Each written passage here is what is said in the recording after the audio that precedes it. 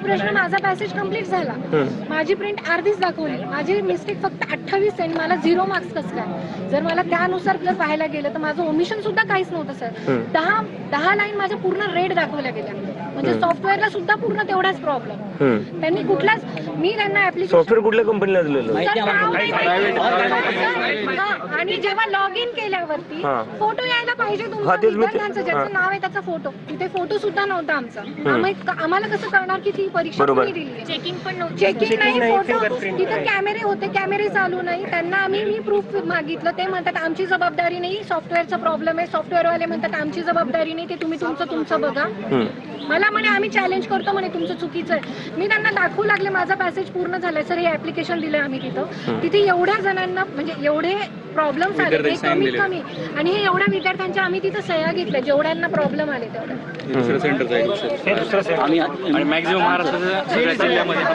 आणि आम्ही जेनीसी वरती आम्ही मीडियाला हे करण्याचा प्रयत्न केला की बाबा तुम्ही इथे या, आमचे प्रॉब्लेम ऐका. की कुणीच नव्हतं.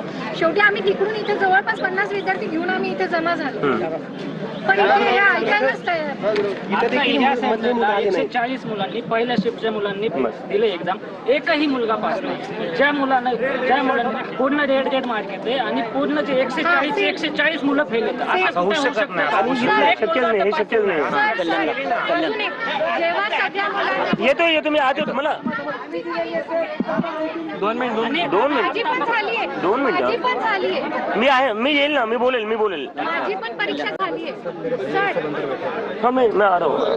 दुसरा प्रॉब्लेम असा, जेव्हा मी त्यांना विचारतीये की मला प्रॉब्लेम आहे, आम्ही ऍप्लिकेशन दिलं, ते एक जण पण रिसिव्ह द्यायला तयार नाही की आम्ही तुम्हाला ऍप्लिकेशन देतो. ते म्हणे ऍप्लिकेशन देऊन द्या आमच्याकडे, सही द्यायला तयार नाही. त्याच्यावर शिक्का अजूनही नाहीये सर. का तर ते म्हणे रविवारच्या दिवशी शिक्का कुठून आणणार? मला हे रविवारच्या दिवशी परीक्षा कसं काय ठेवली? हे उत्तर मला तिथे मिळालं, मला फक्त सही मिळाली. ते पण जज म्हणे की आहे, जज होते तिथलचे माननीय जज, त्यांनी सांगितलं ऍप्लिकेशन द्या, पण सही तुम्ही मॅनेजमेंट वाल्यांची घ्या. MGM वाले त्यांच्याकडे, MGM वाले म्हणतात तुम्ही जज साहेबांची घ्या.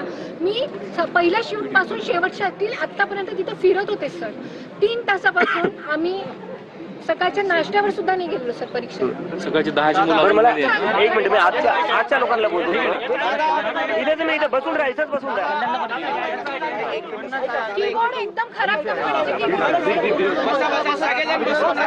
बसून घ्या.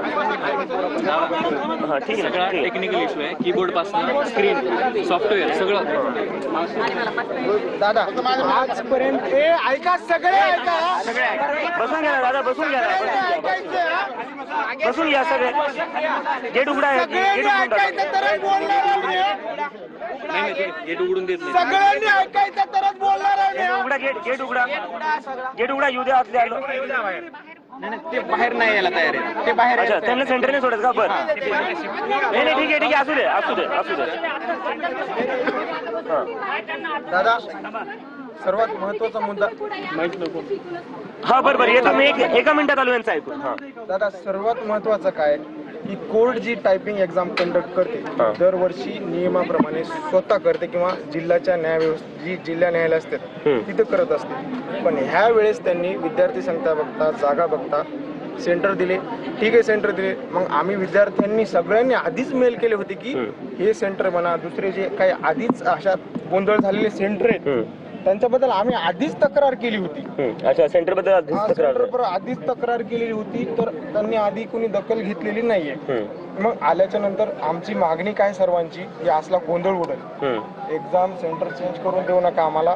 कारण एक्झाम सेंटर दिल्यावर असेच वांदे, 10 वर्ष जुने कम्प्युटर, 5 वर्ष जुने कीबोर्ड, सॉफ्टवेअरचा विषय, टेक्निकल बॅकअप डाटा नाही, कुठलाही सपोर्ट नाही, आणि मधला स्टाफ आणखी पुन्हा एरोगंट असतो. म्हणजे एखाद्या विद्यार्थ्याला एक टीचर बोलली म्हणे, कोणतरी मॅडम बोलल्या की आता मी तुमची एक्झामच घेणार नाही. आम्ही आता पुढच्या एक्झाम घेणार नाही. त्या मॅडमच्या घरची एक्झाम द्यायला आलेलो. आम्हाला कोर्टवर पूर्ण विश्वास आहे. आमची मागणी एकच आहे की कोर्टानं ऑफिशियल नोटिफिकेशन काढावं, कारण अख्ख्या महाराष्ट्राच्या विद्यार्थ्याचा प्रश्न आहे. सर दादा, जर न्याय व्यवस्थेला स्वतःची एक्झाम स्वतः जर घेता नाही आली तर हा विद्यार्थ्यावर अन्याय व्हायलाय. मग न्याय व्यवस्था जर विद्यार्थ्यांना न्याय देत नसेल तर आपण न्याय मागायचं कोणाकडे, जायचं कोणाकडे? सेंटर आहे, काही लोकांचं टायपिंग मारताना शिफ्टचं बटन, एंटरचं बटन उडून